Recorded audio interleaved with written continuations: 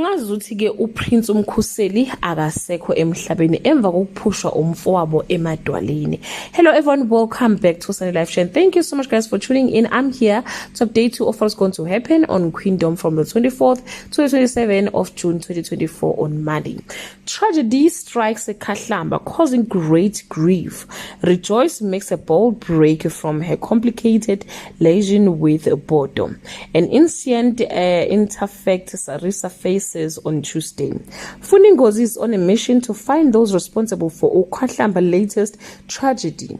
Thabang embarrasses himself trying to compete with Prince Mulapo. Makeke set a date for his haste on Wednesday. The Ukahlamba Palace is shrouded in suspense during Funingozi's divination. Queen Mahlangu Kamahlangu resort to underhanded dealing to find answers. Thabang decide to take a big risk on Thursday. Queen Kamahlangu causes a scene. Tolakele has an unsettling dream about Prince Mkhuseli and Makeke's plan is underway. Well guys, that's all I have for today. You can leave your comment below and share your opinion. Bye.